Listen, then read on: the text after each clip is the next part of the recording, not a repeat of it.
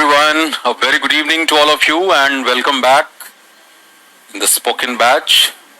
Good evening everyone, Avnish, Sumit, Om Prakash, Raghuveer, Ritesh, Vimles, Raj. Good evening everyone. Am I audible? Am I audible to you properly? Good evening Swati.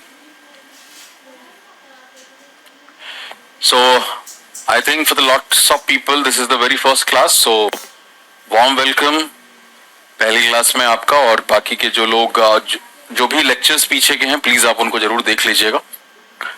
चलिए very good रचित, अक्षत, वासुदेव, नविंदर, श्रुति, Ayansh, very good evening. So, what have you done in the course of last 2 days for improvement in your spoken English? Okay, Sumit, welcome.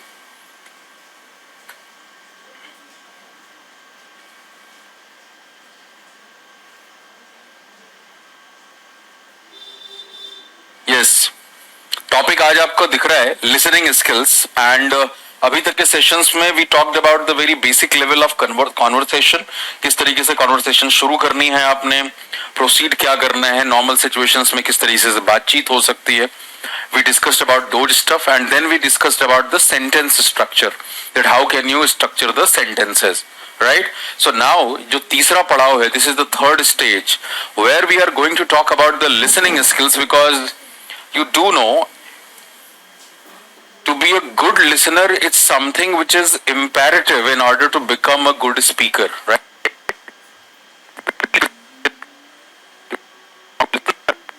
To speak efficiently, prominently, effectively, eloquently, whatever adjectives use. अच्छा listener होना ये पहली शर्त है एक अच्छा speaker होने की. ठीक है, अब हम धीरे धीरे थोड़ी सी गहराइयों में जा रहे हैं चीजों के. तो मैं सबसे पहले आपसे ये जानना चाहूंगा, what kind of challenges do you face as far as listening is concerned? क्या क्या challenges आप फेस करते हैं लिसनिंग को लेकर के? कितने लोगों को लगता है कि उनकी लिसनिंग स्किल्स पुअर हैं और ये चीजें बहुत आसानी से टेस्ट करी जा सकती हैं? Suppose you are shown a video for let's say 2 minutes 3 minutes and then there are certain questions based on whatever you have listened, and if you could not listen and remember the facts or things which are discussed out there, you will not be in the position to answer those questions. तो क्या क्या challenges आपको मिलते हैं? राज कह रहे हैं content सोच पाते हैं. आवाज क्लियर नहीं आ रही है लक्ष्मी को. Is there any problem in the sound? My connection is all fine. There is no problem at all. My connection is okay.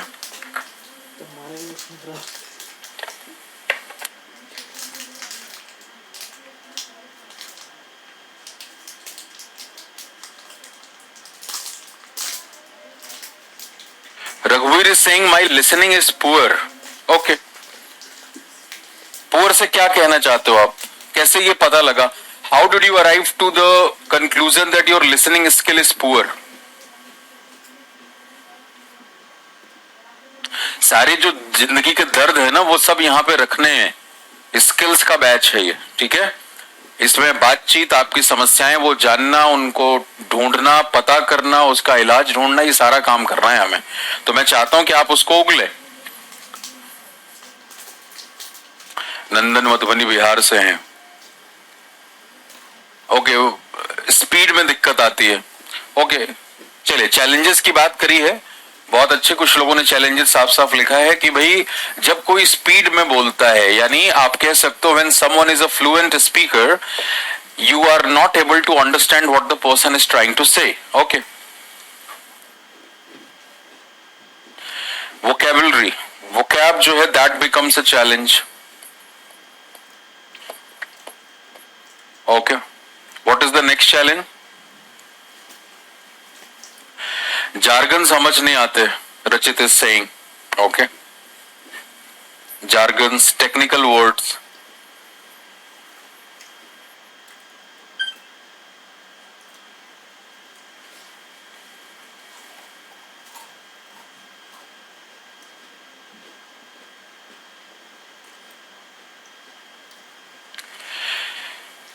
is saying could not understand. Could not or cannot? Deepti, Deepti नहीं लिखा है ये? हाँ जी. Pronunciation is a problem. तो इसलिए listen नहीं कर पाते, मतलब मन जो है भाग जाता है फिर है? आज सारे दुख दर्द बता दो यहां पे. अगला क्या है? Accent is a problem. Okay. Om Prakash is saying, sir, accent is a problem. When someone speaks in a particular accent, I am not able to get what the person is trying to say. Dheeraj saying idioms and phrases not able to understand. Listening to Sonal Mahapatra at NDTV. Okay. I am able to understand but how to think in English. That's the problem of Ajit. Okay. चलो उसमें तो हम आएंगे, मतलब how to think in English ये अपने आप में एक डिपार्टमेंट है, और ये सारी बातें मैंने आपको कही थी because you are very good in your mother tongue और vernacular language what you speak. Why is it so? क्यों हमें हिंदी बोलने में दिक्कत नहीं होती, या जो भी हमारी बोली है उसको बोलने में दिक्कत नहीं होती? Because we are able to think in our vernacular language, right? You are able to think and there is no lag. सोचने में और बोलने में कोई लैग नहीं आता, बट इंग्लिश में इतने सारे बैरियर्स हैं बोलने के लिए कि वहां पे फिर लैग आना शुरू हो जाता है.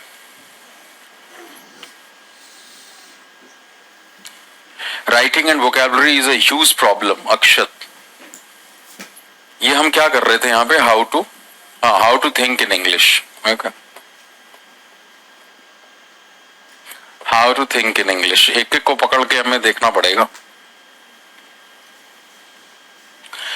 I can understand fluent speaking but can't remember for long time what speaker has said. Okay.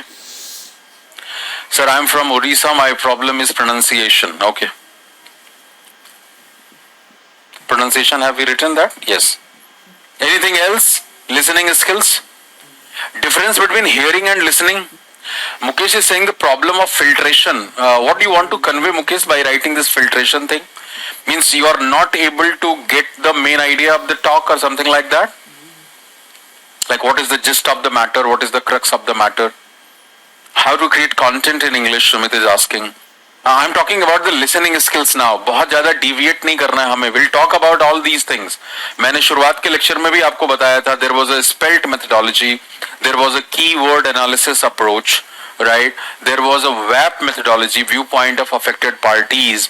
And all these techniques are used to create content in English, and these techniques are used particularly in group discussion kind of scenario where you are given a particular topic, you are given a particular time of 2 minutes, right, to think about that particular topic, and then you are supposed to speak.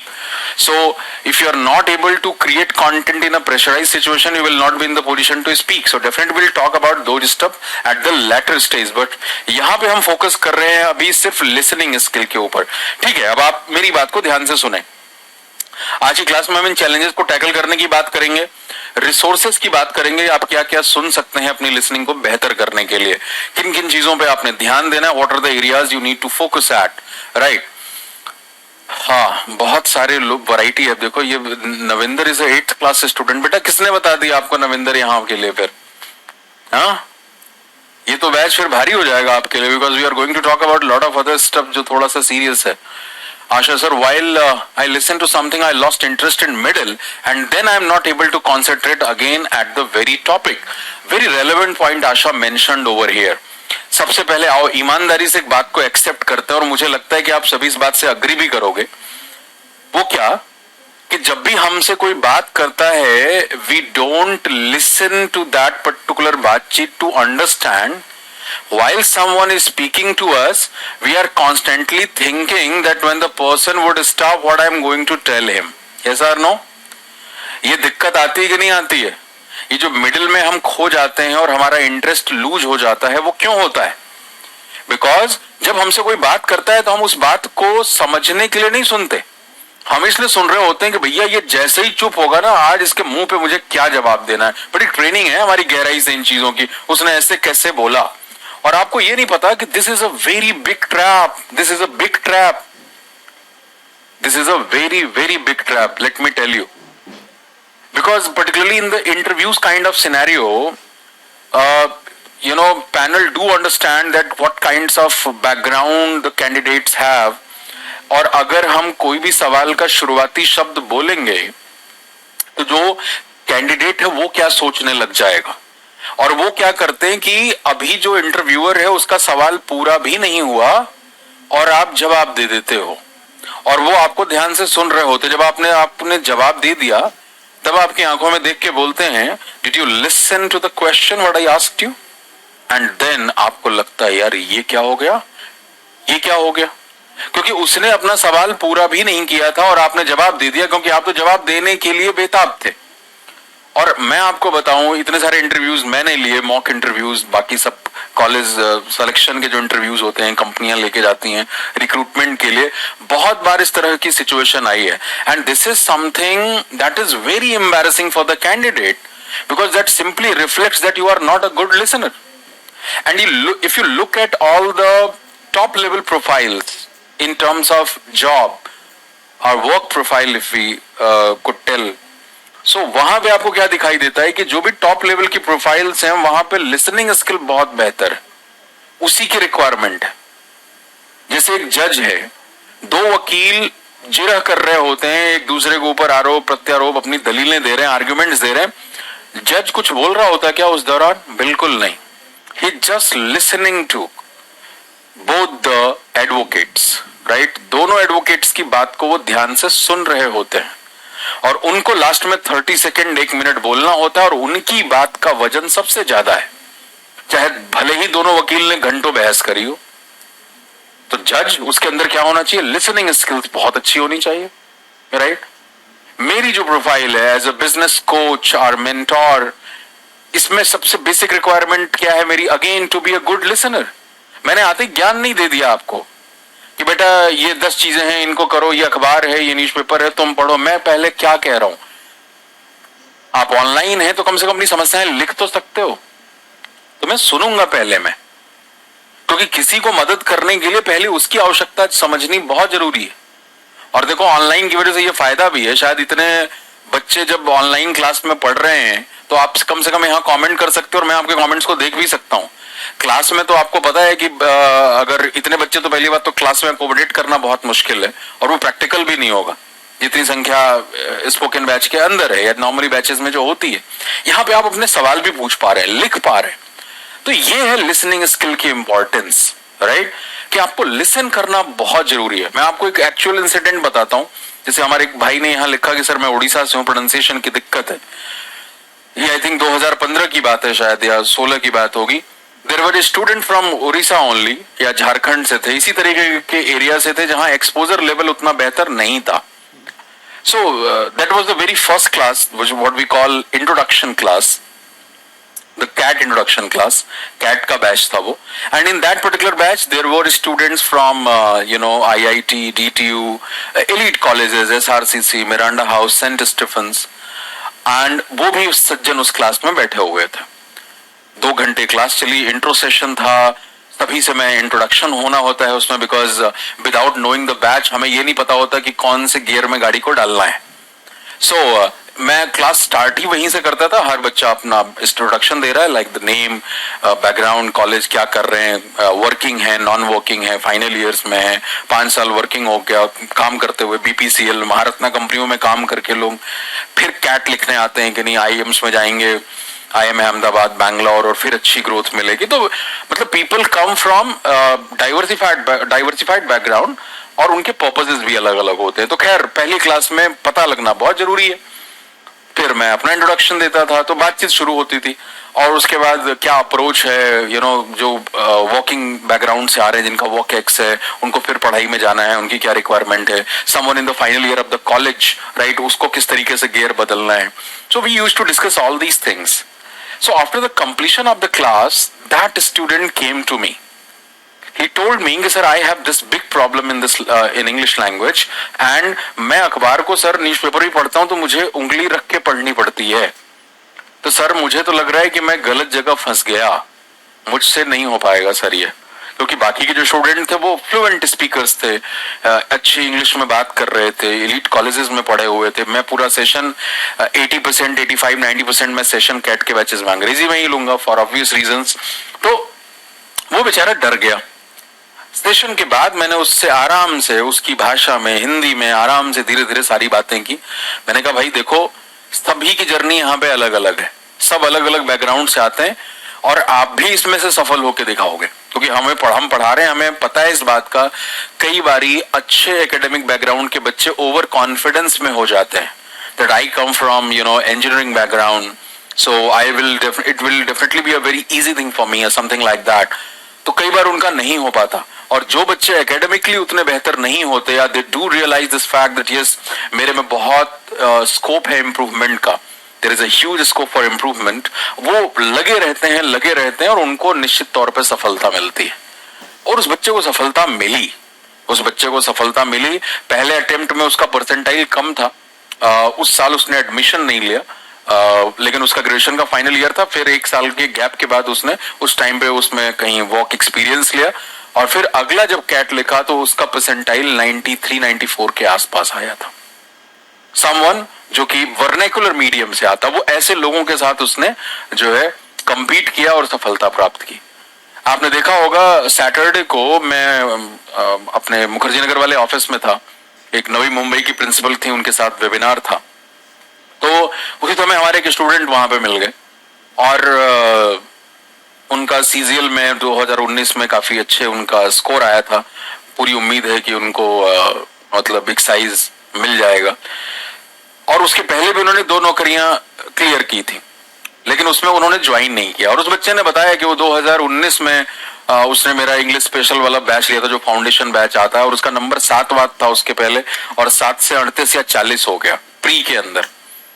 नहीं तो English में score improve नहीं होता था उसका। वो cab के batch में भी था वो बच्चा। और फिर मैंने सेशन के बाद उससे बात की, तो वो किसान परिवार से आते हैं, नवनीत, और उनके भाई भी उनके साथ प्रिपरेशन कर रहे हैं करियर वेल ऐप के ही जरिए, और वो एयरफोर्स में जाने की उनकी तैयारी है। तो कहने का मतलब कि जुड़ने के बाद मैंने कोच क्यों कहा, मेरा काम क्यों, मैं टीचर वाला काम कर भी नहीं पाता कि कोई चीज थोपूं तुम पे कि बेटा ये रट लो, इससे तुम्हारा भला हो जाएगा, कल्याण हो जाएगा, नहीं होगा तो मैं ऐसा, ये काम ही नहीं है कोच का। गुरु का काम है कि भाई जो सामने है कोची है, जो स्टूडेंट है, जो भी है, उसका बेस्ट उससे निकलवाना, उसकी हौसला अफजाई करना, उसके पॉजिटिव्स के ऊपर उसका ध्यान दिलाना। अब जैसे हमारे मतलब बहुत सारे हिंदी भाषी क्षेत्रों से इस बैच में लोग जुड़े होंगे। जहां तक मुझे समझ है, आपको ग्रामर का ज्ञान अच्छा होगा। ग्रामर आपने पढ़ी खूब है, स्कूल में पढ़ी होगी, फिर हमारे साथ इस प्रिपरेशन में आप पढ़ते हैं इतने डिटेल्ड मैनर में, एक एक चैप्टर पे हम इतने दिन खर्च करते हैं। बट वो सब किसमें है? वो सब राइटिंग वाले फॉर्म में है। हम यहां अलग लेवल की बात कर रहे हैं, हम स्पीकिंग की बात कर रहे हैं। और स्पीकिंग तब तक नहीं होगी जब तक लिसनिंग नहीं होगी, क्योंकि वही वाली बात की ये आपका लिसनिंग स्किल की जब हम बात कर रहे हैं तो ये समझना बहुत जरूरी है कि भाई this is a closed loop system. ये क्लोज्ड लूप सिस्टम है, ओपन लूप सिस्टम नहीं है, क्लोज लूप सिस्टम है। यानी आप जो खुराक दोगे अपनी ही जबान से अपने कानों को, वो आपके ब्रेन में जाएगी। अब आप खुद सोचें कि बहुत सारे शब्दों की जो प्रोनाउंसिएशन, जैसे आपने यहां प्रोनाउंसिएशन की बात करी, एक्सेंट की बात की। अब आप suppose you stay in Delhi, you are working somewhere और एनीथिंग लाइक दैट, और आप अपने घर जाते हैं, सपोज आप उड़ीसा के रहने वाले हैं, आप बिहार के रहने वाले हैं, झारखंड के रहने वाले हैं, हरियाणा के हैं, राजस्थान के हैं, पश्चिमी उत्तर प्रदेश के हैं, पूर्वी उत्तर प्रदेश के हैं, वेस्ट बंगाल के हैं। जब आप अपने घर जाते होगे तो आप जाहिर तौर पे आप अपनी बोली में, इसीलिए फर्क होता है ना, भाषा और बोली में फर्क है, आप अपनी बोली में बात करते होंगे घर परिवार के सदस्यों के साथ, हाँ या ना? एक इनफॉर्मल टॉक होती है। तो क्या वहां पे किसी ट्रेनर की जरूरत पड़ती है क्या आपको कि भाई this is the right pronunciation of this particular word, right, your accent is not proper, right, your speed is not correct, you are in a fast paced manner और you are slow in speaking? Nobody is required to teach you all these stuff. Why is it so? Because there is a role of memory. There is a role of memory in speaking as well. You have been listening to those words since your childhood. और हमने पिछले वाले session में बात भी की थी, I think 5th या 6th सेशन था, जहां पे कि बच्चे इतनी तेजी से क्यों सीखते हैं, क्योंकि आपकी ऑब्जर्वेशन बहुत अच्छी होती है उस समय। आप जहां होते हो वहां पे पूरी तरीके से होते हो। तो वो इसीलिए आपको अपनी जो बोली है, अपनी जो भाषा है, उसके बोलने में इन सारी चीजों में कहीं कोई दिक्कत नहीं है। ना वहां एक्सेंट की दिक्कत है, ना तो वहां आपका ध्यान भंग होता है। आप बुरे इंटरेस्ट से आप उस चीज को सुनते हैं। आप आजकल देखो कितना लोकल कंटेंट सोशल मीडिया पे बिक रहा है, मतलब अपनी अपनी भाषा में, भले ही कचरा भी हो उसके अंदर, लेकिन वो देखा ज्यादा जाता है। क्यों? Because there is a relatability. But that does not happen with English. जबकि you do know all the rules, concept of tense, sentence structure. हमने अभी बात की कि कैसे बेसिक सेंटेंस बना सकते हो, सेंटेंस थोड़ा और बड़ा कैसे कर सकते हो, what is the role of adjective and adverbs, how can you make lengthy sentences, compound and complex sentences. We have studied all these things. But the point is what? That we have been, studying these stuff since our childhood. The problem is in speaking, not in this gyan. I am just putting this gyan in a particular perspective so that you can understand that what kind of relationship is there. मैं सिर्फ इस purpose के लिए ज्ञान कर रहा हूँ, आपके साथ शेयर कर रहा हूँ। बट यहाँ पे दिक्कत स्पीकिंग की है, और स्पीकिंग वाला काम आपको करना पड़ेगा। मैंने पिछले सेशन में भी कहा, मेरे अंग्रेजी बोलने से आपकी स्पीकिंग नहीं सुधरने वाली, वो काम आपको करना है। और उस काम में लिसनिंग का बहुत इंपॉर्टेंट रोल है। जैसे मैंने कहा कि आपको अपनी बोली, अपनी भाषा में ये सारा किसी को सिखाने की जरूरत नहीं पड़ती कि भाई कैसे बोलना है, इस शब्द का उच्चारण कैसे है, या इस शब्द का जो ये सिलेबल है उस पे तुम्हें कितना ओकल स्ट्रेस डालना है, कितना जोर डालना है। किसी भी तरह के ट्रेनिंग की जरूरत नहीं है, ऐसा नो।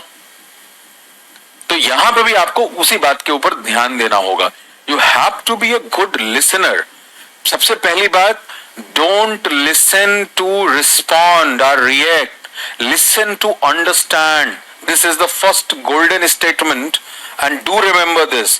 दिस इज समथिंग जो कि पूरी जिंदगी आपके काम आने वाला है, राइट? डोंट लिसन टू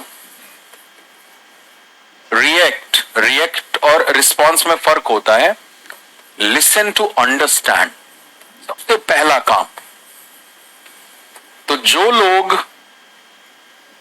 बीच में एब्सकॉन्ड हो जाते हैं, जैसे एक मैडम ने यहां पे लिखा कि सर मैं थोड़ी देर में मैं डिविएट हो जाती हूं, मुझे समझ में नहीं आता, फिर मैं खो जाती हूं, ये होता है। तो इसका क्या मतलब है कि जब आप सामने वाले इंसान को सुन रहे हैं तो आपके ऊपर वाले माले में कोई और बातचीत चल रही है, आप अपने साथ ही कम्युनिकेशन में हैं। आप उसकी पूरी बात को नहीं सुनेंगे, आपने आधी बात सुनी and then you made a perception about that particular person और what that person is going to say. You make this kind of impression in your mind and that becomes a big barrier. ये बहुत important बात। दूसरी बात अभी जो मैंने बोली, जो इसी के साथ कनेक्टेड, इसका ध्यान रखिए। आपने भी इस बात को कई बार महसूस किया होगा कि लोग आपकी बात को समझते नहीं है। हाँ या ना? ये शिकायत बहुत लोगों को रहती है कि पता नहीं यार, मतलब उसको मेरी बात ही नहीं समझ आती। और दूसरों का तो छोड़ो, परायों का छोड़ो, हम अपने को, अपने जो उनको कहते हैं सो कॉल्ड अपने लोग, उनको अपनी बात नहीं समझा पाते। क्या दिक्कत आती है वहां पे? है क्या प्रॉब्लम है? अपने लोगों को भी आप अपनी बात कम्युनिकेट नहीं कर पा रहे हैं, अंदर बड़ी कशिश रह जाती है कि यार कैसे समझाऊं इनको कि मेरे अंदर ये काबिलियत है, कैसे समझाऊं। तो ये जिंदगी में ना सबसे खतरनाक दर्द है, जब तुम्हें पता हो कि तुम काबिल हो, but you do not know that how to represent that काबिलियत to the other party so that other party could understand your value. ये बहुत बड़ी दिक्कत है। और ये दिक्कत तो बड़ी कम्युनिकेशन के साथ ही जुड़ी हुई है कि अगर मैं बहुत काबिल हूं but I am not able to put that forward, I am not able to convey that to the other party, means what? कि उसका फिर कोई रेलेवेंस नहीं है, आप किसी काम के नहीं है। जैसे there is a saying in English that you are good for nothing. If you are good for nothing, हम फिर धरती पे बोझ बन के रह जाते हैं अगर हमारी वजह से लोगों की जिंदगियों में वैल्यू एडिशन नहीं हो रहा। तो इफ यू आर वेरी काबिल, यू आर अ वेरी काबिल पर्सन, बट बिकॉज आपको लैंग्वेज में दिक्कत है, आप बोल नहीं पाते, कम्युनिकेट नहीं कर पाते, और उस वजह से आपका पर्पस मीट नहीं हो रहा, तो ये बहुत बड़ी दिक्कत है। लेकिन अगेन स्किल का मामला है, स्किल को डेवलप किया जा सकता है, ये सबसे अच्छी बात है स्पीकिंग के साथ या किसी भी भाषा के साथ। तो सबसे पहला काम तो ये कि कभी भी रिएक्ट करने के लिए मत सुनो कि अच्छा जैसे ही ये चुप होंगे ना, अब उसमें वही होता है कि उसने शुरुआत की 2 लाइनें बोली, 2 लाइन बोलते तुम्हारा पारा ऊपर चढ़ गया, पारा ऊपर चढ़ गया। Now you are not listening to that person carefully. You have started making your own story in your mind, and the person is still speaking while you are creating your own story. And when the person stops, you start blabbering out. And फिर सामने वाला कहता क्या बकवास कर रहे हो, मेरी बात को सुना भी है तुमने, मैंने क्या कहना चाहा है, और तब तुम्हें झटका सा लगता है. तो ये बिल्कुल क्लियर रखिए. और कम्युनिकेशन में ये बहुत इंपॉर्टेंट रोल प्ले करता है कि आप कभी भी किसी के लिए कोई प्रेजुडिस्ड इमेज मत बनाइए. प्रेजुडिस्ड इमेज मत बनाइए. अच्छा ऐसा आदमी है तो ये बोलेगा, नहीं, कभी नहीं. आप इसीलिए देखोगे दुनिया में जो भी अच्छे, जिनको अच्छी पर्सनैलिटी माना जाता है या बेहतर कम्युनिकेटर माना जाता है, वो हमेशा समभाव के साथ डील करते हैं. उनमें बहुत ज्यादा परिवर्तन आप नहीं देखेंगे. वो सभी लोगों के साथ उतने ही कंफर्टेबल होंगे. और ये चीजें बहुत ऑब्जर्व होती हैं. मैं आपको इंसिडेंट बताता हूं एक, अभी अपने ऑफिस का ही, बिना नाम लिए, उसमें कोई नाम की कोई जरूरत नहीं है. एक स्टाफ ऑफिस में, ठीक है, मतलब दो स्टाफ की मैं बात कर रहा हूं. So there was a gent staff and there was a lady staff. So I was sitting with the gents staff, right? और लेडीज स्टाफ को बुलाया मैंने, उनके साथ कुछ काम था. तो वो जैसे ही आई मैं खड़ा हो गया, लेकिन जो दूसरे सज्जन बैठे थे वो खड़े नहीं हुए, और कुर्सियां भी सिर्फ 2 थी. ठीक है, वो सज्जन नहीं खड़े हुए, कुर्सियां सिर्फ 2 थी. वो डेफिनेटली मेरे से बहुत जूनियर है. जो स्टाफ है, लेडीज स्टाफ, बहुत जूनियर है, लेकिन उसकी भी तो अपनी डिग्निटी है ना. वो काबिल है तब उस काम के लिए है वो. और फिर मैंने जो हमारे ऑफिस बॉयज होते हैं, मैंने उसको बोला कि भाई एक और चेयर ले आओ मैम के लिए. अब ये क्या है, इसीलिए कहा जाता है कि लीडर्स को ऑब्जर्व करने में टाइम नहीं लगता. I didn't speak anything, but I could observe कि what kind of mentality that person has. That person feels कि मैं इससे थोड़ा एज में सीनियर हूं, ये मुझसे जूनियर है, तो मैं बैठा रहूंगा. कुर्सी भी नहीं है तब तो ये बिल्कुल लाजमी है कि आप वहां पे खड़े रहें. और मैं डेफिनेटली जो बैठा था, जो सज्जन बैठे थे, मैं उनसे भी सीनियर हूं, बट वो तमीज की बात है. मैं कॉलेज सेशंस के लिए जाता हूं, यूनिवर्सिटीज, ये सब टॉक्स ऑल. अगर अभी तो खैर कोरोना में सारी चीजें डिस्टर्ब हो गई, तो जो स्टाफ होता है खास तौर से, जैसे जो मतलब हेल्पिंग हैंड्स होते हैं आपके, कई बारी चाहे वो ऑफिस बॉय है या कुछ भी है, मैं उसके साथ सबसे पहले हाथ मिलाता हूं, उसको सबसे पहले कंफर्टेबल फील कराता हूं कि भाई हम दोनों इंसान हैं. और ये सब कम्युनिकेशन के अंदर आता है, इस बात का ध्यान रखिए.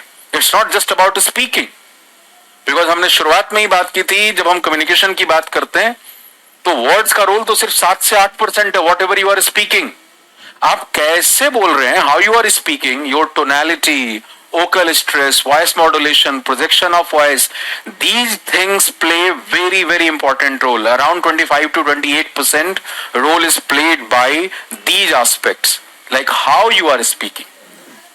And बाकी का सारा जो परसेंटेज है आपका 55, 60, 65%, that is your body language, your gesture, posture, और इस तरह की छोटी छोटी चीजें, आप किस तरीके से वॉक कर रहे हैं, चल कैसे रहे हैं, चेयर पे आके बैठते कैसे, वो सब सिखाऊंगा आपको इस बॉडी लैंग्वेज वाले सेक्शन के अंदर. बट मैं बस एक उदाहरण आपको दे रहा हूं. तो आपको अलर्ट रहना बहुत जरूरी है. ये जो प्रेजुडिस्ड माइंड सेट है, ये वहीं से पता लग जाता है. अच्छा ये तो मुझसे जूनियर है तो मैं इसके साथ ऐसे बात करूंगा, या सीनियर है या कुछ भी इस तरह का. तो एक जो बेसिक डिग्निटी है इंडिविजुअल की, वो दिखनी चाहिए, और वो आपकी बातचीत में भी दिखनी चाहिए. अब जैसे वही वाली बात कि आप इंपरेटिव सेंटेंस जैसे हमने लिखा लास्ट सेशन के अंदर, अब आप जो आपका ऑफिस बॉय है, आप उसको बोलो कि भाई एक गिलास पानी दो, राइट? आप उसी को, या ऐसे इंग्लिश में अगर बोलना है, bring a glass of water, bring a glass of water, आपने ये बोल दिया.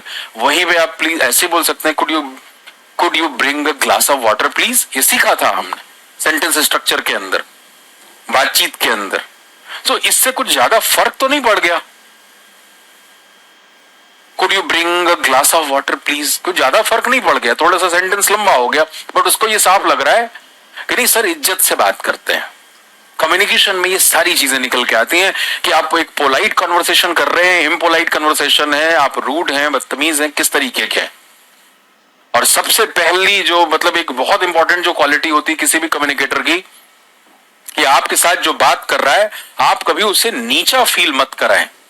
हो सकता है वो आपसे डिजिग्नेशन में, एक्सपीरियंस में, एज में, क्वालिफिकेशन में कम हो, बट उसको कभी नीचा फील मत कराओ। उसको उसका वैल्यू एडिशन बहुत जरूरी है। वो आपके पास आकर के एम्पावर्ड फील होना चाहिए कि यार इस इंसान से मिलकर के मुझे अपने बारे में उन चीजों का पता लगा जो पता ही नहीं था।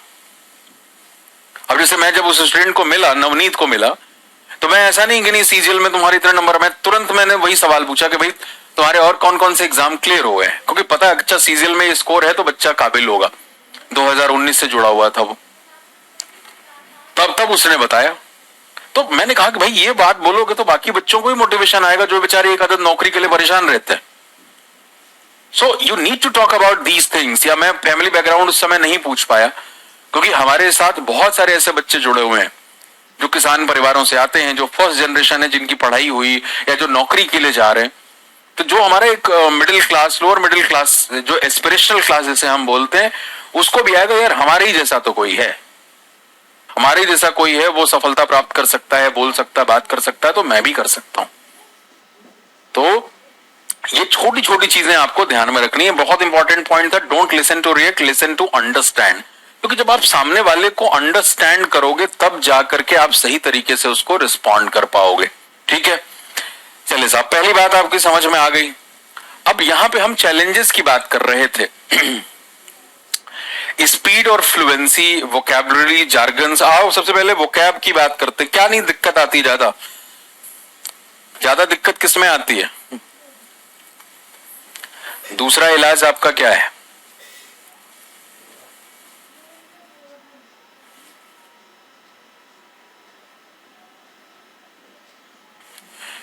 It's very bright.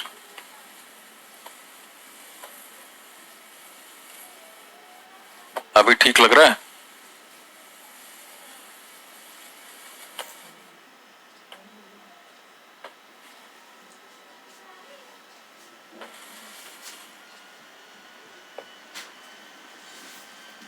Now you are able to see? नहीं, व्हाइट ही रहने देते हैं।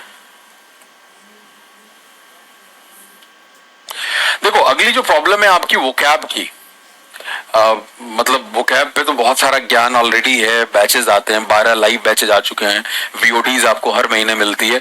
वोकैब कोई पहली बार मुलाकात कर रहा है तो जाकर के वहां पूरा ज्ञान ले सकते हो आप। लेकिन देखो वोकैब में दो तरह के चैलेंजेस हैं ब्रॉडली।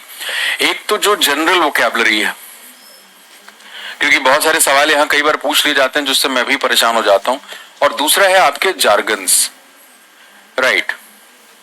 तो जनरल वोकैबलरी का मतलब कि वो वाली वोकैबलरी नहीं जो बिजनेस सेक्शन में यूज हो रही है कि भाई वहां GDP, fiscal deficit, current account deficit, revenue deficit है, तो ये सब आपको समझ में ही नहीं आ रहा। हो सकता है कि आप उस बैकग्राउंड से ना आते हो and you are not able to understand the whole thing. तो देखो सबसे पहले जब आप इंटरेस्ट लूज करते हो लिसनिंग में, तो उसमें एक बहुत बड़ी दिक्कत क्या है? वोकैब है, हाँ या ना? आप ये इससे सुनने का भी इंटरेस्ट लूज करते हैं और पढ़ने का भी इंटरेस्ट लूज करते हैं, क्योंकि मैंने आपको ये सलाह दी है कि आप आगे से अभी जब पढ़ेंगे तो बोल करके पढ़ेंगे। और मैं चाहूंगा कि मैं आपको ना एक, क्योंकि कॉपीराइट इशू भी आ सकता है, तो अपनी चीज ही दिखाऊं तो ज्यादा बेहतर है, या चलो कल देख लेंगे उसको। मैं आपको अपने ब्लॉग्स पढ़ाता हूं, यहाँ पे मौखिक तौर पे मैं बोल दूंगा, क्योंकि वीडियो दिखाने में भी देखो हो सकता है कॉपीराइट इशू आ जाए, लेकिन मैं आपको ये बता सकता हूँ कौन कौन से वीडियोस आप देख सकते हैं। तो वो जनरल वोकैबुलरी और जार्गन्स, इन दोनों को समझने के लिए सबसे बेहतर है सुनने के लिए तो आपको AIR, all India radio, all India radio जो है इसका ऐप भी आता है, राइट। और यहाँ पे क्षेत्रीय भाषाओं में भी न्यूज होते हैं, इंग्लिश में भी है, हिंदी में भी है। सो एटलीस्ट डू लिसन, जो आपका मॉर्निंग और इवनिंग का न्यूज आता है या जो भी डिस्कशंस वहां पे आती हैं उनको जरा सुनो। रेडियो सुनने का फायदा ये होता है कि क्योंकि आपकी आंखें एंगेज नहीं है, आपकी सिर्फ सुनना जो है उस समय आप सुनने के लिए फोकस कर रहे हो उसको। सो आप you are focusing on each and everything. जैसे हमने कहा कि हमारी जो वर्नाकुलर लैंग्वेज है, अपनी भाषा या बोली है, उसमें हमें किसी को बताने की जरूरत नहीं कि कौन से शब्द पे कितना कहां जोर देना है। बट अंग्रेजी में हमें ये सीखने की जरूरत है, और अंग्रेजी में this is really unfortunate that these things are not taught in our schools, in our colleges, और उसके बाद हमें इसके ऊपर काम करना पड़ता है. You have MBA degree but still you are not able to communicate. Then what is the point of that particular degree? And मैंने इसीलिए कहा ये दुर्भाग्यपूर्ण है कि जो चीजें हमें सिखानी चाहिए अपने स्कूल्स में, कॉलेजेस में, वहां सारा फोकस डिग्री इकट्ठा करने पे है कि कागज के टुकड़े इकट्ठा कर लो. मार्केट में उन कागज के टुकड़ों की कोई अहमियत नहीं है. Everyone is interested in you, that you as an individual, what kind of brand you are as a person. Right और हम उस यू पे काम नहीं करते. We don't work on our personal branding. हमें लग रहा होता है कि नहीं कागज के टुकड़े से बात बन जाएगी. यार वो बात वहीं खराब हो जाएगी जब आप इंटरव्यू के लिए कमरे में घुसेंगे. If you look diffident, you don't look confident, आपकी आवाज साफ नहीं निकल पा रही, आप सही तरीके से बोल नहीं पा रहे, सेंटेंस स्ट्रक्चर नहीं कर पा रहे, वोकैबुलरी की चॉइसेस आपकी गड़बड़ है, तो वहां दिक्कत आनी शुरू होगी. ठीक है, तो ऑल इंडिया रेडियो का न्यूज जो है वो जरूर सुनिए. आप ऐप के जरिए भी कभी भी सुन सकते हैं, अदरवाइज एफएम पे आपको मिलता ही मिलता है. और यहाँ पे फोकस क्या क्या करना है, यहाँ दोनों तरह की वोकैबुलरी पे फोकस करना है. जैसे आप में से कुछ लोगों ने लिखा कि सर मैंने राज्यसभा टीवी देखी और कंटेंट क्रिएशन के लिए मुझे आसान हो रहा है. आप जरा ये भी अब ऑब्जर्व करना शुरू करो कि when anchor starts the discussion, what kind of sentences anchor starts with, right. वो किस तरह के सेंटेंस के साथ शुरू करते हैं, किस तरीके से जब दो लोग तीन लोग बात कर रहे हैं तो उनको अगर बीच में सवाल पूछना है तो वो किस तरह के फ्रेजेस का इस्तेमाल करते हैं, right. If there are two to three people in that particular discussion and there is one person in that particular panel who wants to support the other person's point of view, then what kind of sentence or phrase that person uses. If you want to contradict someone's perspective, तो वो किस तरह का phrase इस्तेमाल कर रहे हैं. जब वो एंड हो रहा है सेशन तो वो कैसे एंड कर रहे हैं, तीनों पैनलिस्ट को कैसे थैंक यू बोल रहे हैं और किस तरीके से वो एंड कर रहे हैं, right. Thank you very much to all of you for putting things into perspective, right. Let me take you through this particular aspect. सुनो ना इसको. सत्येंद्र सर की फिर वहां पे जरूरत पड़ेगी नहीं क्योंकि सत्येंद्र सर ने भी सीखा वहीं से, मैंने भी वहीं से सीखा. मैंने आपको अपनी जर्नी बताई थी. जैसे एक हमारे भाई यहाँ पे 8वीं क्लास में ही आ गए, तो I was really passionate about language and अंग्रेजी अखबार पढ़ना, मैगजीन पढ़ना. I started from the 6th standard, right, in a very dedicated manner. Started watching English news channels and all. तो ये चीज ही आपको फर्क लेके आएगी. तो मैंने वहां से शुरुआत करी फ्रेजेस को पकड़ना. न्यूज़पेपर्स अच्छे स्रोत हैं आपके लिए क्योंकि न्यूज़पेपर्स में स्टैंडर्ड इंग्लिश लिखी जाती है. ऑल इंडिया रेडियो, अभी इन चीजों का ध्यान रखो because news readers read speak standard English. I am not suggesting you to watch any series और मूवी और anything like that to begin with. Those things are particularly for what, वो informal के लिए ज्यादा बेहतर है, कॉन्वर्सेशनल के लिए बेहतर है. लेकिन आपको सबसे पहले अपने फॉर्मल सेटअप के लिए भी तैयार होना है. मेन पर्पस वो है कि हम एक फॉर्मल सेटअप में कॉन्फिडेंटली बात कर सकें. चाहे स्कूल की असेंबली है, आप अगर स्कूल्स में हो, स्कूल की असेंबली है, कॉलेज में हो, तो वहां पे भी बहुत सारे एक्स्ट्रा करिकुलर प्रोग्राम्स होते हैं. There are debate, declamation, lot of other stuff, elocution, बहुत कुछ होता है वहां पे. और कॉलेज, स्कूल और कॉलेज यही आपकी बिल्डिंग ब्लॉकिंग ईयर्स हैं जहां पे आप अपने ऊपर काम कर रहे होते हैं, अपने को और बेहतर कर रहे होते हैं. आप इवेंट्स में पार्टिसिपेट कर रहे होते हैं, आप कोऑर्डिनेट कर रहे होते हैं, आप टीम को लीड कर रहे होते हैं. और वही वो जगह है जहां पे आपकी इन स्किल्स में सुधार आता है. बट अनफॉर्चुनेटली ऐसे मौके हमारे देश में कम बच्चों को मिल पाते हैं फॉर ऑब्वियस रीजंस, बिकॉज ये थोड़े अच्छे स्कूलों में ये सुविधाएं प्राप्त हैं. लेकिन भारी संख्या में बच्चे उन तरह के स्कूलों में नहीं पढ़ते जहां फैकल्टीज इतना ध्यान दे हर एक बच्चे के इंडिविजुअल ग्रोथ के ऊपर या उसको इतने मौके मिले. तो आपके साथ जो पास्ट में हुआ उसका रोना आपने बिल्कुल नहीं रोना. You have to be in present. और यहां पे अब जो जो पॉसिबिलिटीज हैं आपको उसके ऊपर काम करना. You do know that I do understand the basics of grammar. आपको इतना कॉन्फिडेंस है, बेसिक आपको वोकैबुलरी आती है. बट आपने क्या करना है अब कि जब आप सुनोगे, इन न्यूज रीडर्स को सुनोगे, अब जैसे मान लो आपको ये टॉपिक दे दिया जाए जो अभी तालिबान ने अफगानिस्तान में जो भी कुछ हो रहा है और तालिबान फिर से पूरा कब्जा जमा लिया है उन्होंने. अभी आपकी क्लास से जस्ट पहले ये न्यूज आ रही है कि अब तालिबान कह रहा है कि हम पूरी दुनिया के साथ अच्छे संबंध बनाएंगे, ये वो. तो कहने का क्या मतलब है कि अगर मैं कहूं आपको इस टॉपिक के ऊपर बात करने के लिए, आप खुद अपने आप से ईमानदारी से पूछें, will you be able to talk about this topic for 5 minutes? ईमानदारी से Will you be able to talk about this news for 5 minutes? I think 99% of you would answer with a no. No, sir. I'm not able to talk about this topic for 5 minutes. वो बहुत लंबा समय है आपके लिए, 5 minute का, और आपको कोशिश करनी है तो आप कोशिश करके देख लें। मैंने तो कई बार उस पे कुछ लोग बिल्कुल यस कह रहे हैं, बिल्कुल बात कर सकते हैं, लेकिन वो बात करने की पोजीशन कब आएगी? बात करना दोस्त के साथ, मेरे साथ, तो ऐसे तो घंटे बात कर लो, रिश्तेदारों से बात करनी है बात कर लो, एक फॉर्मल सेटअप में तुम एक जीडी के सिनेरियो में बैठे हुए हो, और तब बात कर पाओगे जब आपके पास उसके लिए कंटेंट है। जैसे हमारे एक सज्जन ने यहां लिखा, sir content creation is a big challenge. So you have to know and understand the geopolitical aspect. You have to go back in 1945 after the Second World War when the equation got changed globally. There were two powers, the USA and USSR, and there was a race between these two powers that दुनिया का don कौन है, boss कौन है, और उस चक्कर में बहुत सारी इस तरह की चीजें, किस तरीके से जियोपॉलिटिक्स बदली है, क्यों इतना कुछ होने के बाद कोई बोल नहीं रहा अभी, यहां से और दूरी पे था, ये तो बिल्कुल पड़ोस में अफगानिस्तान, यहाँ पे किसी की आवाज नहीं निकल रही। अभी पीछे जब इजराइल और फिलिस्तीन का मामला था तो बहुत वोकल थे हमारे यहाँ के भी लोग और दुनिया के देश भी। अफगानिस्तान के लिए क्यों कोई नहीं बोल रहा कुछ? क्या उसके पीछे कारण है? राइट, जब अमेरिका इतने दिनों तक कंट्रोल कर रहा था तो क्या जरूरत पड़ गई 20 साल के बाद ऐसे छोड़ के जाने की, जबकि पता है कि चीजें बढ़ रही हैं वहां पे। तो किस तरीके से ये पूरा डायनामिक्स है, अब उसमें वही मैंने कहा कि बहुत सारे फैक्टर्स हैं, जियोपॉलिटिक्स है, पूरी इकोनॉमिक्स है, किस तरीके से पावर सेंटर्स में बदलाव आया है in the 21st century, right. उसके बाद आप बात करें अमेरिका की, तो अमेरिका किस में ज्यादा इंटरेस्टेड रहता है?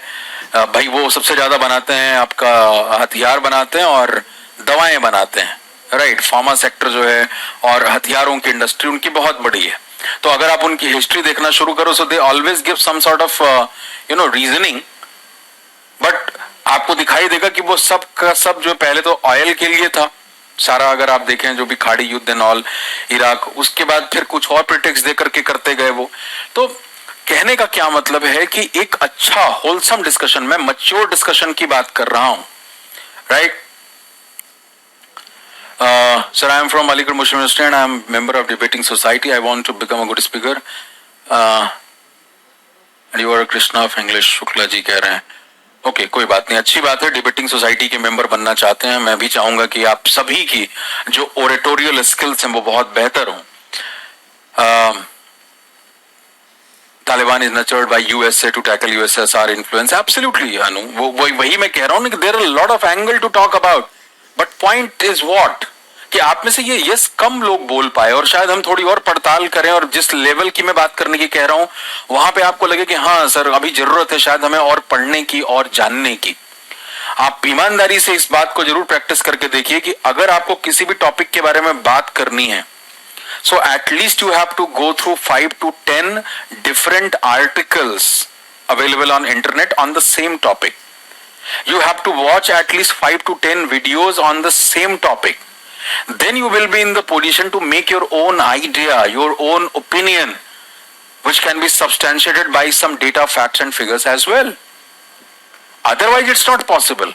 बिकॉज आपने कोई एक आर्टिकल पढ़ा, वो आर्टिकल किसने लिखा है, व्हाट इज द एजेंडा, लिखने वाले का एजेंडा क्या है उसके पीछे, जब तक आपको ये नहीं पता, ये सारी चीजों की समझ नहीं है, तब तक आप बात नहीं कर पाओगे एक बैलेंस तरीके से, जो जीडी की एक पहचान है ग्रुप डिस्कशन की। Group discussion is not a debate, that's the fundamental difference.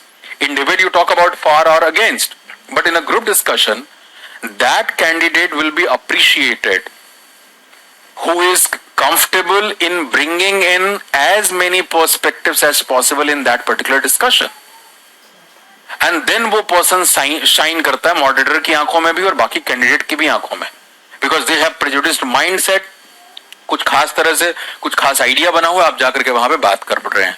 So that's the difference between a layman and someone जिसका एक लेवल है। तो लेवल के लिए कंटेंट की बहुत जरूरत है। और कंटेंट देखो, न्यूज सबसे बेहतर है।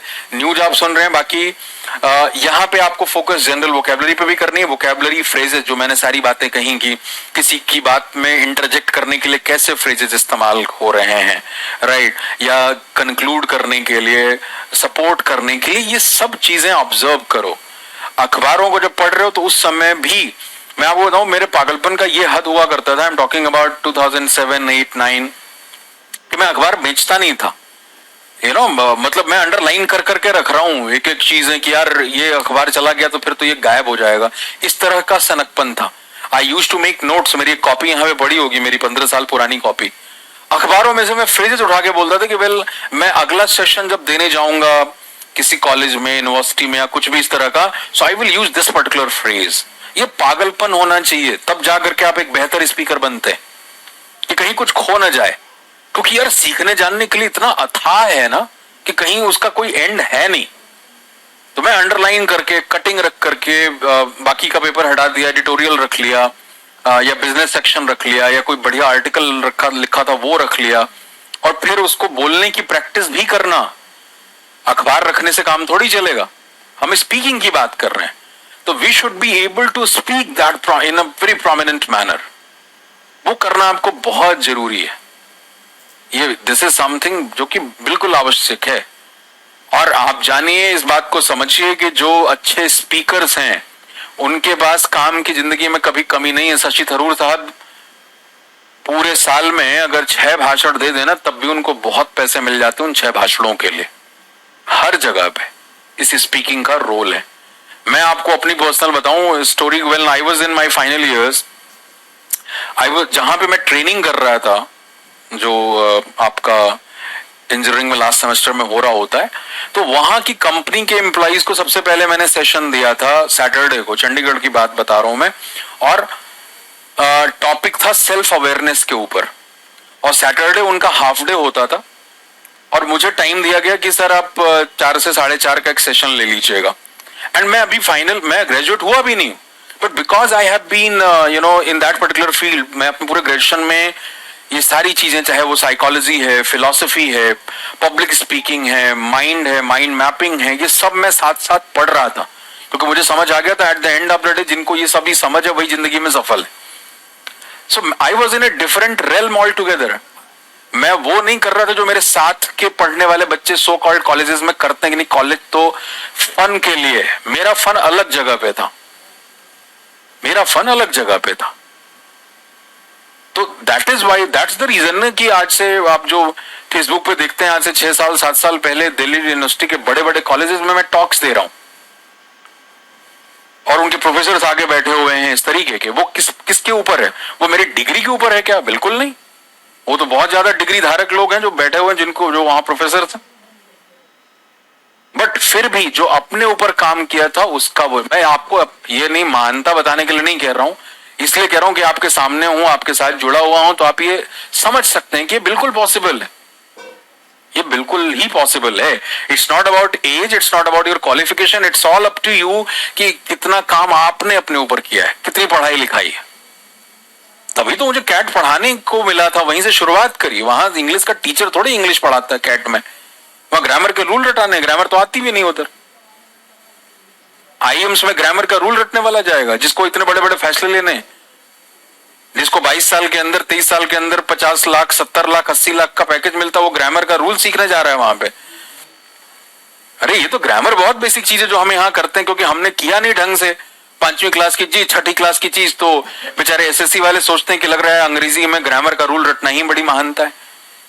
तो वहां पे ये जिसकी अभी हम बात कर रहे थे, वो ह्यूमैनिटीज के सब्जेक्ट हो सकते हैं, वो साइंस के सब्जेक्ट हो सकते हैं, वो आपके ये सब फिलॉसफी, साइकोलॉजी, हर एरिया की खिचड़ी, इकोनॉमिक्स, फाइनेंस, इंजीनियरिंग। अब इंटरव्यूज में मुझे बेसिक अंडरस्टैंडिंग सभी की रखनी पड़ती थी कि कौन कौन से क्वेश्चन है जहां से मैं मैकेनिकल इंजीनियर के बच्चों को टेस्ट कर सकता हूं। गाड़ियों का एग्जाम्पल ले लिया, बीएचपी, टॉर्क है, ये सब रिलेशनशिप बताओ, आरपीएम, कौन सी गाड़ी भागेगी, इसका बीएचपी ज्यादा है, कौन जल्दी स्पीड पकड़ेगी, बाद में पकड़ेगी। इलेक्ट्रॉनिक्स इंजीनियर है, कम्युनिकेशन, तो मैं एंटीना पूछ रहा हूँ कि भाई लंबा वाला एंटीना और गोल वाले एंटीना में क्या फर्क है, राइट। लैंग्वेजेस पे क्वेश्चंस पूछ रहा हूँ सीएस और आईटी वालों से।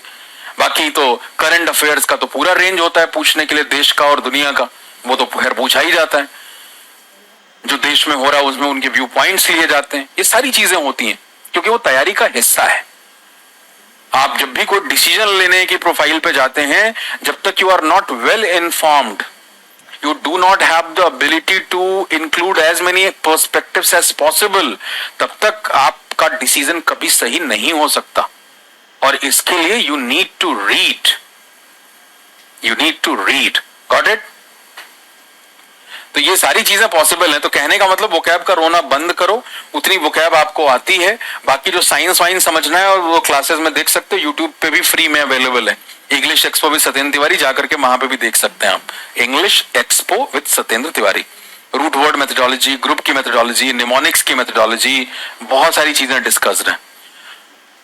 जो आपके फॉरेन एक्सप्रेशंस हैं, लैटिन वर्ड्स बहुत इस्तेमाल होते हैं अखबारों में, राइट, फ्रेंच वर्ड्स बहुत इस्तेमाल होते हैं। अब जैसे हमने वो वर्ड किया था ना बुफे, जिसको बफर सिस्टम बोल दिया जाता है, तो वो फ्रेंच वर्ड है। रांदेवू फ्रेंच वर्ड है, रांदेवू विद सिमी ग्रेवाल। तो अब ये वर्ड ऐसे लिखा है तो तुम्हारे हाथ पांव फूल जाए, तुम चाह करके भी बोलोगे नहीं इसको। क्या बोले अब इसको, रेंडेज वुस बोल दें तो फिर खुद ही नहीं बोलने में अच्छा लग रहा है। तो rendezvous is the right pronunciation, rendezvous. तो आप जब मैंने वही कहा था, डिक्शनरीज में स्पीकर्स बने हो तो उन पर वर्ड डालिए, उसकी सही प्रोनाउंसिएशन सीखिए, राइट। अब जैसे ये वर्ड है, it's also a French word. Siddharth will talk about those stuff later, right? So here, what is the pronunciation of this particular word? The pronunciation is faux pas. Faux pas. It's not fox pass.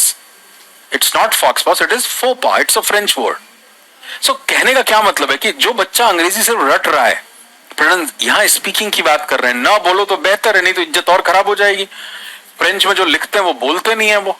तो you should be able to understand कि भाई मुझे pronunciation पे काम करना है। मैं यहाँ पे दुनिया भर के हर शब्द की प्रोनाउंसिएशन नहीं सिखा सकता। I can let you understand some basic science कि अच्छा डबल ई है, छोटी सिंगल ई है, कहाँ पे ई पे ज्यादा जोर देना है, आप वी कैसे बोलते हैं, वी, रीच, राइट, जो छोटा ई और बड़ा ई का जो फर्क है, जो कई सारे लोग हिंदी में गलत बोलते हैं, राइट। निर्भीकता, तो वो निर्भीकता नहीं है, निर्भीकता है, निर्भीकता। तो वो चीज अंग्रेजी में भी है कि आपको कहां पे कितना जोर देना है, कहां एक को लंबा बोलना है, कहां एक को छोटा बोलना है, वो सब मैं यहां सिखा दूंगा।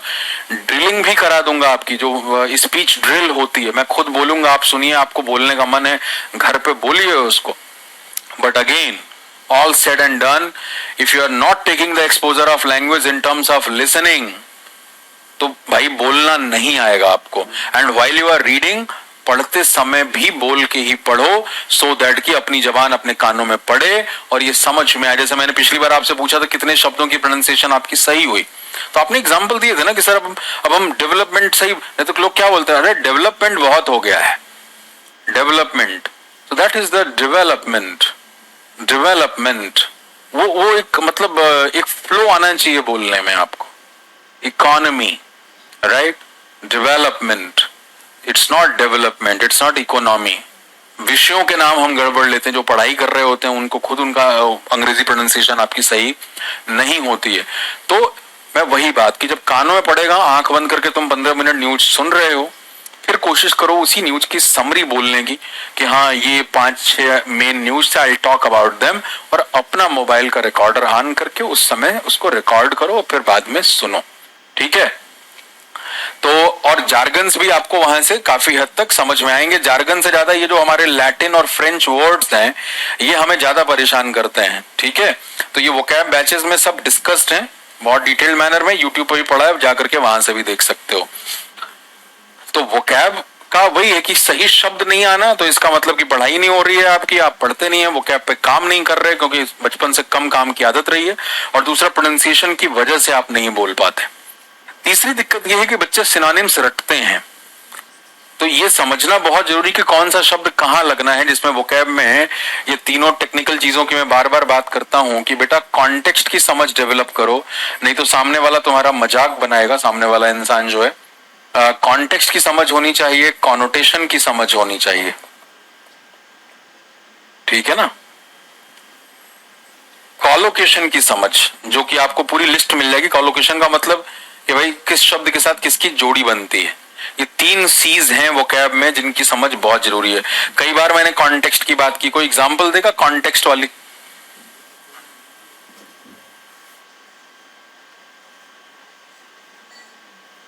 साइकोलॉजी ऑफ लैंग्वेज में हमने पढ़ा कि मौन वचन से पहले स्वर वचन करना चाहिए। भाई है ना, लैंग्वेज तो तभी आएगी जब बोलोगे। हाँ जी, can you give me the example of context in terms of vocabulary?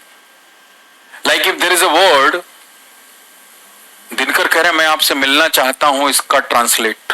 तुम ट्रांसलेशन बता रहे हो कि मुझसे पूछ रहे हो? दिनकर बेटा कौन सी क्लास में हो? मैं आपसे मिलना चाहता हूं, I want to meet you.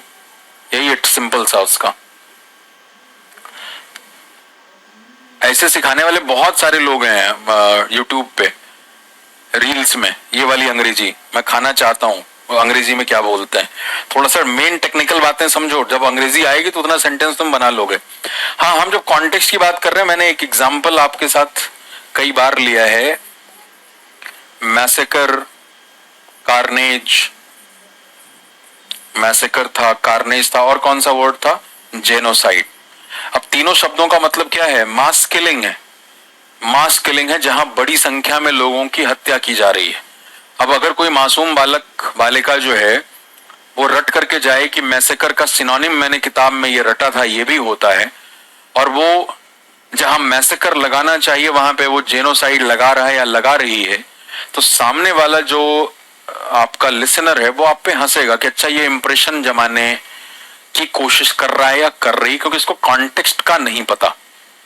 तो हम मैसेकर की बात करते हैं, जलियांवाला बाग हत्याकांड, that is called massacre, where there is a deliberate and indiscriminate killing. जानबूझ करके बिना किसी भेदभाव के जब हत्या की जाती है, भारी संख्या में जो आए गोली से भून दो, that is what, that is context, that is massacre. Carnage is what? Accidental killings या killing in a war situation, वो कार्नेज है, वो कार्नेज है। अब जैसे युद्ध चल रहा है, गृह युद्ध की स्थिति आ जाए, लोग रोज मारे जा रहे हैं, 5, 7, 10, 20, 15, that would be called what? Carnage. So violent killings in a war situation, और if there is a plane crash और there is a train accident, you know, और वहां पे भारी संख्या में लोग 100, 50, 150, 200 लोगों की मौत हो जाए, that will be carnage. And genocide, when a particular community is killed in a planned manner. 1984 Sikh genocide, या जो हिटलर ने किया। तो ये क्या है कि आप वहां एक कम्युनिटी की हत्या है, आप बिल्कुल प्लान तरीके से खास कम्युनिटी को जब मार रहे हैं। This is called understanding of vocabulary. Vocab में ये गलती करते हैं, अच्छा एक वर्ड 4 सिनोनिम 4 एंटोनिम, क्यों रट रहे हो भाई? कोई तुम्हारे स्कूल या कॉलेज का एग्जाम नहीं है डिस्क्रिप्टिव जहां पे लिखनी है वो पूरी कहानी है। आपको अंडरस्टैंडिंग डेवलप करनी है। So do understand this very basic thing as far as vocab is concern, that in English 2 words are never same, they are similar, they are not same, they are similar, and in similar word there must be some sort of difference, and that difference could be on these parameters, the context. अगला है connotation, किसकी जोड़ी किसके साथ बनती है? afraid of, fear from, या इसमें तो पॉसिबिलिटी और बन सकती ये है, जैसे आपका averse to and refrain from। अगर आप बात करो averse की, तो इसका मतलब भी किसी चीज से दूर भागना होता है, और जब आप किसी चीज से रिफ्रेन करते हैं तो भी आप दूर भाग रहे हैं। बट किस वर्ड की जोड़ी किसके साथ बनेगी? जो हमारे प्रेपोजिशनल कॉलोकेशंस हैं, फ्रेजल वर्ब्स हैं, वो सब इस कैटेगरी में आ जाते हैं। जो इडियोमेटिक एक्सप्रेशंस हैं, ये सब कॉलोकेशंस में आएंगे कि भाई अब जो इडियोमेटिक एक्सप्रेशन है वो है, अब आपको वहां पे आप अपनी गणित नहीं लगा सकते। और खासतौर से इडियोमेटिक एक्सप्रेशन जो है वो नेटिव स्पीकर्स बहुत ज्यादा बोलते हैं, लेकिन दुनिया में अंग्रेजी बोलने वाले नेटिव स्पीकर्स से ज्यादा हैं। नेटिव स्पीकर्स तो की जनसंख्या बहुत कम है ना, नॉन नेटिव अंग्रेजी बोलने वाले ज्यादा लोग हैं। इतने एशियन हैं, अफ्रीकन हैं, सब स्कॉटिश एक्सेंट में स्कॉटलैंड और इंग्लैंड के ही तो लोग नहीं, उनकी जनसंख्या तो बहुत कम है। तो आप ये कॉलोकेशंस पे आपको ध्यान रखना है, ये कॉलोकेशन के एग्जाम्पल थे। और कॉनोटेशन क्या होता है कि भाई उसी वर्ड, उसी मतलब का जो वर्ड है वो पॉजिटिव भी हो सकता है, नेगेटिव भी हो सकता है। जैसे आपने ऐसी बहुत मासूम सी गलती कर दी, वुमनली है या वुमनिश है। अब आपको लग रहा है कि यार दोनों के दोनों वर्ड वुमन से पैदा हो रहे हैं एंड देखने में भी दोनों एडजेक्टिव लग रहे हैं, then I can use both the words interchangeably. That's a big mistake. I have heard Karan Johar in his talk show many a times committing this particular mistake. Which one? Disinterested and uninterested.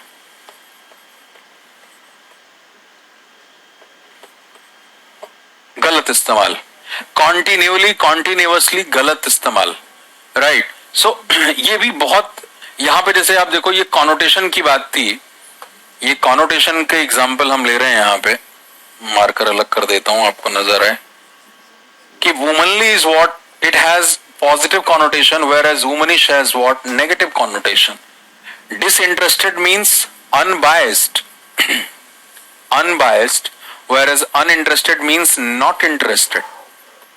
सो अंग्रेजी जब बोलनी है हमें तो समझ के बोलनी है, अपनी गणित नहीं लगा लेनी कि डिस भी नेगेटिव होता है, अन भी नेगेटिव होता है, दोनों का मतलब होगा इंटरेस्टेड नहीं है। So there are these kinds of mistake you commit in vocabulary, और वो चीजें आपको ध्यान से सुननी है, समझनी है। किसी का भी एग्जाम्पल मत दे दो, उन्होंने बोला था तो गलत कैसे होगा, इंसानी है, गलतियां हो जाती हैं। You have standard resource in terms of your dictionaries, Cambridge dictionary, Oxford dictionary, online जाइए, उन पे ढूंढिए, समझ लेके आइए और तब उसका इस्तेमाल करिए, ठीक है। So will talk about other challenges in next class, right.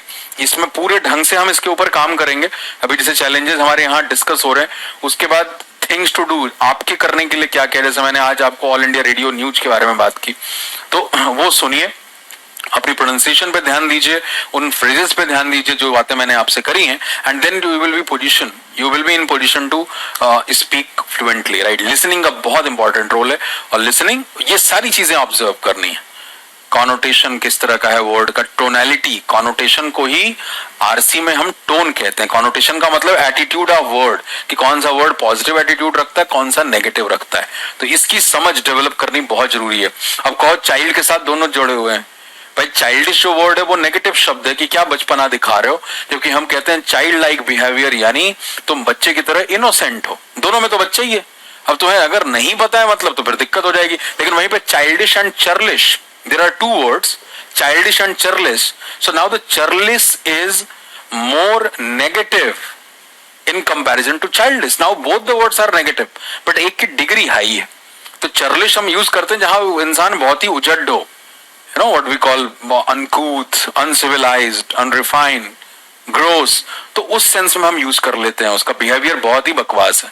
तो मान लो you do know कि both the words are negative, so you need to read the sentence, you need to get the context कि भाई do I need a highly negative word or mildly negative word. So we'll talk about these stuffs in next classes, right? चलिए, आप शायद comment नहीं कर पाते हैं 6 बजे के बाद, टाइम हो चुका है पूरा। कल मुलाकात करते हैं। अपनी समस्याओं के बारे में, लिसनिंग के बारे में और चीजें लेके आना। न्यूज चैनल जरूर सुनिए, राइट। इंग्लिश कमेंट्री भी सुन सकते हैं, क्रिकेट की एंड ऑल।